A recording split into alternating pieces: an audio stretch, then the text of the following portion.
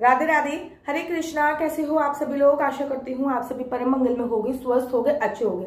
सर्वप्रथम आप सभी को नवरात्रि की अनंत और अनंत शुभकामनाएं। आशा करती हूँ कि माता रानी का आगमन आपके घर पे बहुत अच्छी तरीके से अखंड जोत जलाई होगी, आपने खेतरी बोई होगी जो कि अब निकल भी रही होंगी। अगर नहीं निकली तो उसमें थोड़ा सा दूध डालिए, हल्का सा दूध डालिए, कच्चा दूध, तो वो जल्दी ही उगेंगी। आज की जो वीडियो है वो है आप माता रानी को जो श्रृंगार का सामान समर्पित करते हैं नवरात्रों में, उस श्रृंगार के सामान को आपको क्या करना चाहिए। ये वीडियो बहुत ज्यादा मेरे पास है। पहली बात तो 16 श्रृंगार के सामान अगर समर्पित ना कर पाओ तो कुछ चीजें होती हैं जो समर्पित करना बहुत जरूरी होता है। या तो आप पहले नवरात्रि में समर्पित कर दीजिए, या फिर आप माँ कात्यायनी का जो दिन होता है तब आप इस माता रानी को समर्पित कर सकते हैं, या फिर किसी भी नवरात्रि में आप समर्पित कर दीजिए। तो उसका करना क्या होता है, उसमें कुछ कुछ चीजें जो इंपॉर्टेंट है पहले वो बताती हूँ। माता रानी को आपको सिंदूर जरूर समर्पित करना होता है, इस बात का आपको ध्यान रखना होता है।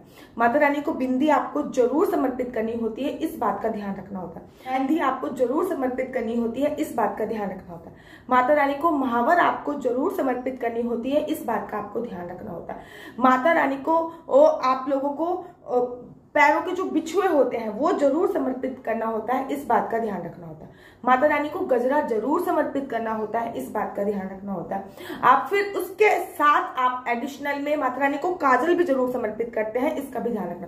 बाकी आप लिपस्टिक हो गया, नेल पॉलिश हो गया, ठीक है ना, बाकी जो आपके मन में चीजें आए वो समर्पित कर दीजिए। लेकिन सिंदूर, मेहंदी, महावर, बिंदी, चूड़ी और बिछुए, ये चीज तो बहुत ज्यादा कंपलसरी है, इनको आपको जरूर और जरूर समर्पित करना है। बाकी आप जितनी भी ज्यादा एक्स्ट्रा चीजें समर्पित कर सकते हैं वो सब आपकी श्रद्धा के ऊपर निर्भर करता है। आप वस्त्र समर्पित कर रहे हैं, चुन्नी समर्पित कर रहे हैं, वो सब आपकी श्रद्धा के ऊपर निर्भर करता है। और भैया आपकी आर्थिक स्थिति के ऊपर भी निर्भर कर रहा है। आप बिछुए चांदी के हैं, कांसे के हैं, आर्टिफिशियल है, वो सब आपकी आर्थिक स्थिति के ऊपर भी निर्भर करता है। आपने जो श्रृंगार का सामान समर्पित किया है उसका क्या करना होता है। आपने जो श्रृंगार का सामान समर्पित किया, वैसे तो श्रृंगार का सामान सास को, नंद को, जेठानी को दिया जाता है, लेकिन इसमें जो आपने श्रृंगार का सामान समर्पित किया है इसमें आपको अपने मान्य को ये श्रृंगार का सामान नहीं देना।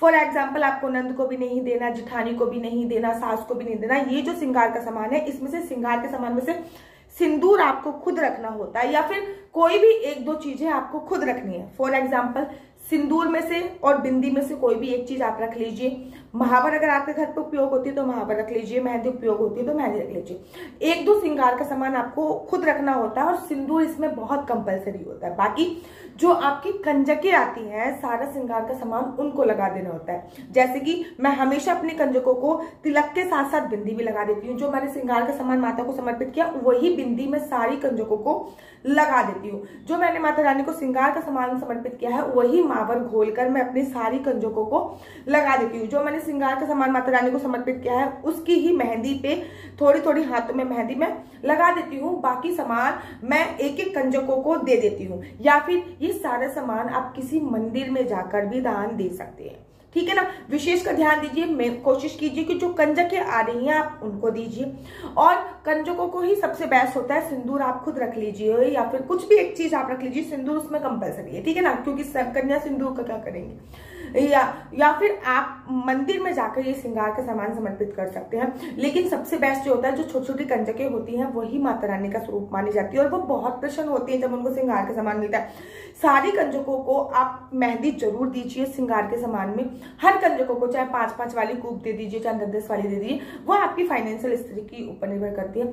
चूड़ी कंजकों को जरूर पहनाइए, महावर कंजकों को जरूर पहनाइए, लगाइए। महावर में जो आप जो लगाते हैं ना, सुहागन स्त्रियां पैर के पीछे भी लगाती हैं, और जो कुंवारी कन्याओं को लगाते हैं वो उंगलियों पर और पैर तक लगाते हैं, पीछे नहीं लगाते। इस बात का आपको ध्यान रखना है, ठीक है ना।